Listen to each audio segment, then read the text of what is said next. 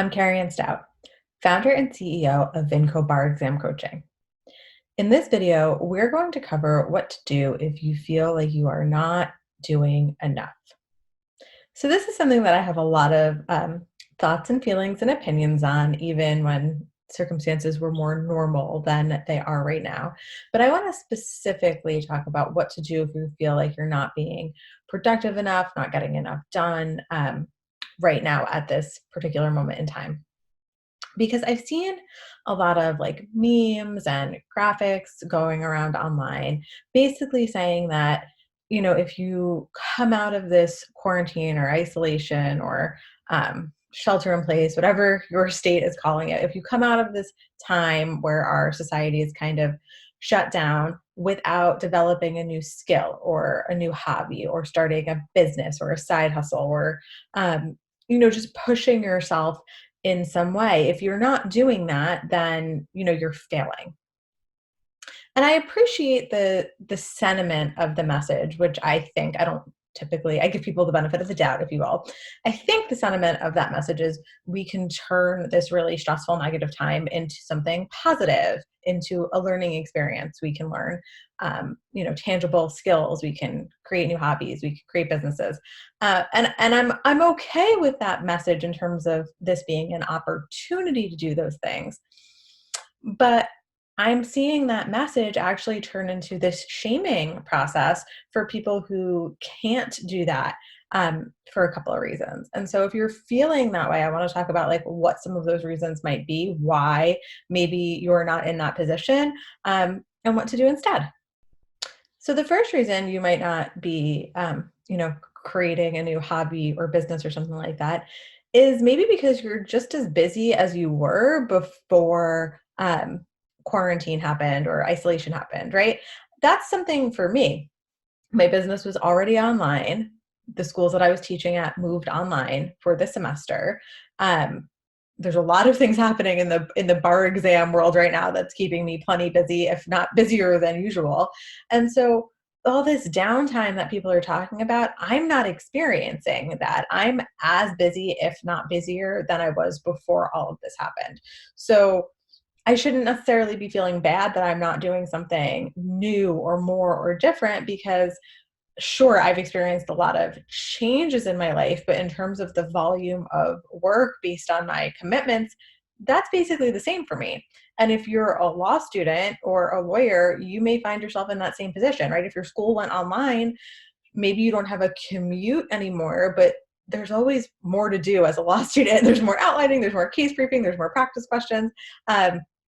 You're not necessarily going to try to fill that free time up with something else. So maybe you're in that same position where you're like, yeah, there's a lot of changes, but I'm still pretty busy with the things that I was busy with before this all started. The second, and perhaps unfortunately more common reason people aren't running out or in to pick up new skills, hobbies, businesses, um, is the emotional, psychological impact of what's happening, right? And I went through this a lot earlier when, probably back in late February, early March. I was an early adopter of panicking about this. Um, and even if I had had extra time on my hands, I was too upset to fill it doing, crazy productive things and learning new skills. I couldn't focus. I was stressed. I was panicked. I was scared. I was busy trying to do some practical things like figure out what my family needed to, make it through an extended period at home. And I think I know a lot of people are experiencing that, right? And so I want to say to you that if all you're doing every day is getting up and that's it, if all you're doing every day is getting up, then that's all you need to be doing. You don't need to feel shame or guilt about not doing more than functioning. If that's all you can do at this time is function, then that's all that you need to be doing. And so, yes, as law students, you may have some commitments that you still need to keep. You have final exams. You have, starting to think about the bar exam whenever that's going to happen in your jurisdiction. There are still probably, things that you need to be doing, and a complete shutdown isn't going to benefit you, and you probably don't have the luxury of a complete shutdown. But the takeaway from this, in my opinion, is that if what you're doing every day is getting up and just doing the bare minimum to get through this semester, because that's all you can do, then that's it. That's fine. That's all you can do.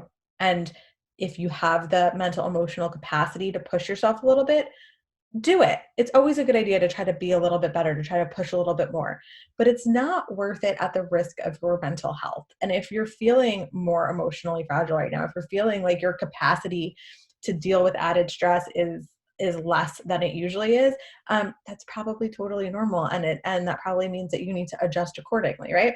And if none of this resonates with you and you're doing all the things, that's great too, right? I'm not here to shame anyone who's like, I'm picking up knitting, or I'm, launching my online business or whatever. Like, that's great. And if I wasn't so busy working, that's inherent in my personality to fill up my time doing more things too. I might be right there with you. But it breaks my heart that people are going to read those images or messages online and feel like there's something wrong with them because all they can do right now is hit their commitments and function. And there's no emotional or mental time or space to do more than that. And so if you've been feeling that way, I just want to sort of validate that is not true. You existing, you surviving this, is all that you need to do. And that's more than enough. So I hope this message makes it to the people who most need to hear it. I know it's not one of my more tangible, do this, then do that. I like to be very actionable and tell you exactly what to do. But if I was going to give you one action step from all of this, it's just to replace any shame or guilt that you're having about your level of productivity right now with empathy. Be kind to yourself, be patient with yourself, and make your number one goal every day to just do the very best that you can do.